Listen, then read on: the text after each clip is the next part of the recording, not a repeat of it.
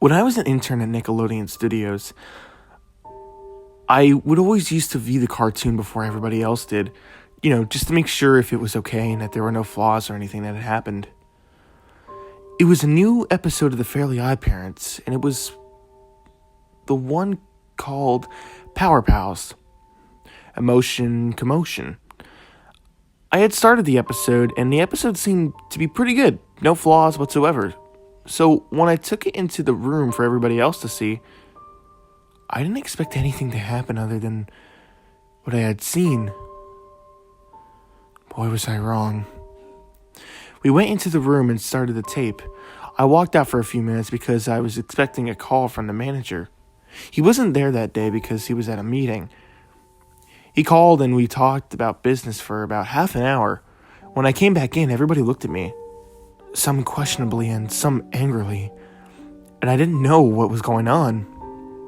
They put in the tape, and it took a while to load, but when it did, the title card came up as Timmy's Wish, surrounded by missiles and nuclear warheads, military tanks, landmines, and radiation symbols. I know that this was not what I had named it, so I was confused just as well. The show started off with Timmy in the bedroom once again, being babysat by Vicky for 4 days as his parents were out of town.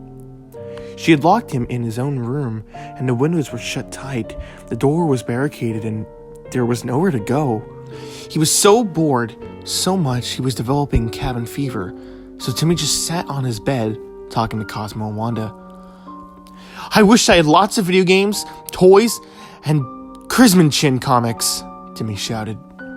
Cosmo and Wanda gave him all that he had asked for. Wanda replied with, Timmy, have you ever thought of wishing for world peace? It's worth a try. Now, I was really confused because I had never written any of this, so I thought someone had pulled a prank on me and had changed discs to whatever they had.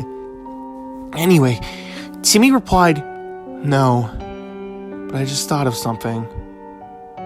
I wish I had the audio after that was cut out, almost as if it was censored. But Timmy was mouthing the words, something to create chaos.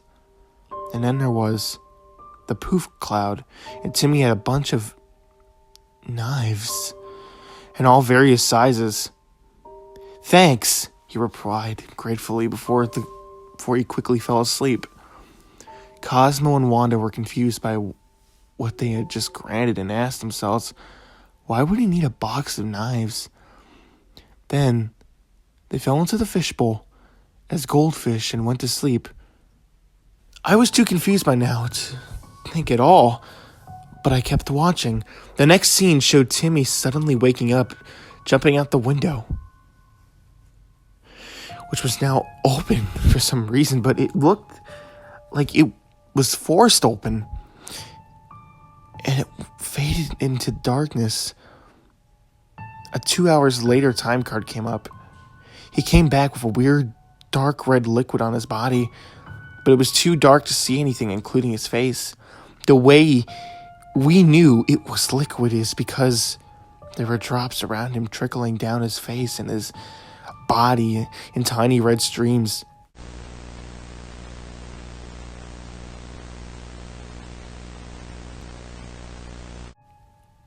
Anyway, he broke open the door, went into the bathroom and cleaned off the liquid, went back to bed and fell asleep. The next scene made me gag. It was Francis, drenched in a pool of his own blood, and his face cut open. His brains and his eyes were removed with very little precision, and his tongue was ripped off.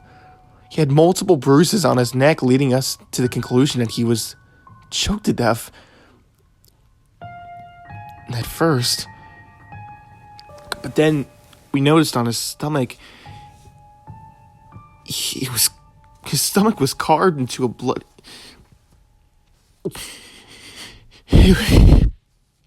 On his stomach, carved into his bloody skin, were the initials TT. The picture looked so realistic, it was sickening. Just looking at his carcass, as known as Timmy's initials are TT, so we can guarantee it was him. A couple of interns left while the others stayed. The second scene, holy shit, was even worse than the last one. The head had been crudely chopped off, with the arteries and veins jutting out. Still, the arms and legs had been slit open with the blood vessels. They piled on top, and hands and the feet were cut off, and the same initials on the stomach. His ribs, by the looks of it, were broken with a sledgehammer, and the blood from the newborn holes in his lungs were seeping out. My guess was his ribs were broken first, and he suffocated to death because of it. Then he was cut up. This person was without a doubt Mr. Crocker. We know it was Timmy because it seems these two victims were Timmy's enemies. The pictures were so realistic that much more people ran out, just leaving 4 others in the room. Then it was morning, and Timmy woke up. The knives were drenched in blood, and on the news, the murders that Timmy committed were featured. Cosmo and Wanda looked at the news and then looked at Timmy. There had been no suspicion it was him, so he had nothing to worry about. It went on like a regular day, except of course without bullying, and instead there was a substitute. Until there was a new teacher. Then when it reached nighttime, the fairies went to bed, and so did Timmy. By now I was nervous. The entire episode had been like this, and was now almost over. Timmy came back with more blood than ever on him. By now you would know it's blood and a couple of scars. After he cleaned himself, he went to bed. The next day, Vicky was on the news, and the picture was so horrifying I lost my lunch. She had been brutally tortured with whips and chains, and her whole body had been cut up into pieces, with body parts lying all around and all over the place. It was so realistic, I couldn't hold it anymore. Nobody suspected that a 10-year-old would do this, so nobody expected him. And that night, Timmy was going out to the window when he saw a bunch of police cars and helicopters behind him. Wanda spoke. "I knew it was you, Timmy. I've watched you, and so I was the one that called the police." Timmy then sat down, crying dark red mascara, ruined tears on his bed. He looked up at the screen, and his eyes were, in detail, the creepiest you had ever seen. They looked like they were animated heavily, not really realistic, but not CGI either. He then whispered in an ominous voice tone, "Tell no one what I did." He then took a pistol, dropped a folded note, and then the kid shot himself through the mouth. When the police broke in, they opened the folded note. It said, "You think I was murdering people? That's small talk. If I was murdering people, you all would be gone." And that's when the episode shut off.